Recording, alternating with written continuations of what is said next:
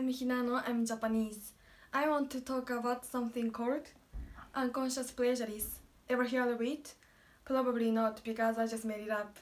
It sounds pretty cool, doesn't it? But seriously, prejudice, especially in the form of racism, can not only be a nuisance, but it can also lead to injury and even death. I'm sure most of you have heard about the March 2021 mass shooting in Atlanta, Georgia.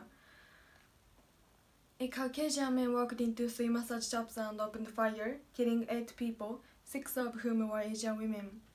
We now know that the Asian women were his main targets. What do you think about this? I have visited England, Taiwan, and Korea, and fortunately, never experienced any problems with discrimination.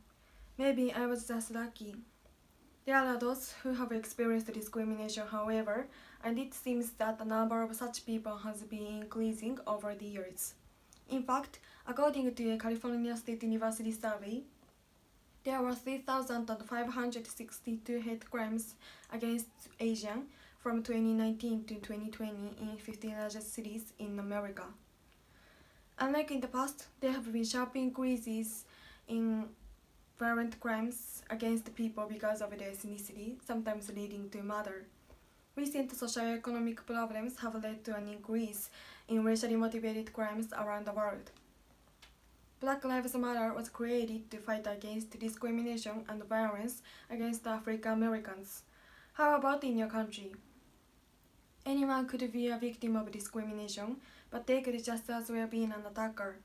Most people are confident that they could never be an attacker. However, the reality is, they might be the one without even knowing it. This is what I call unconscious prejudice. Let me give you an example. What do we call people more than one ethnic backgrounds? They are called mixed or double in some English-speaking countries, and in Japan we call them half. Most Japanese people use this word without any sense of discrimination. However, to most ethnic people, it may be considered an attack.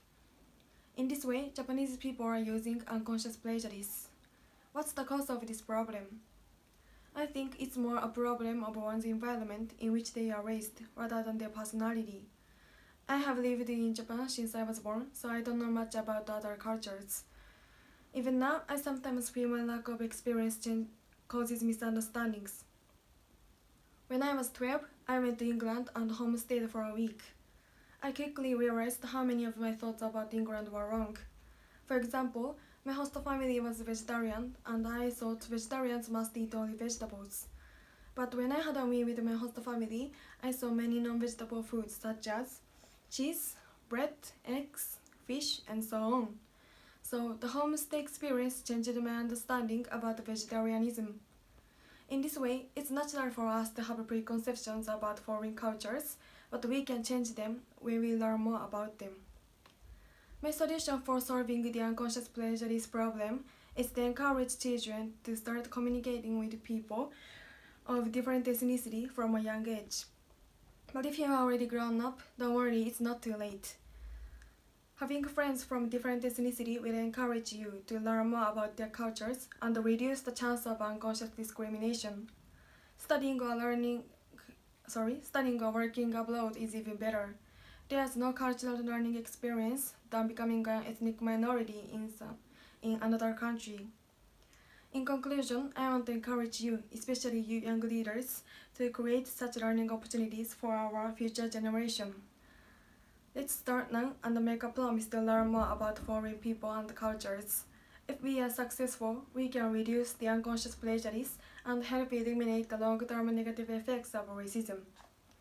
Thank you.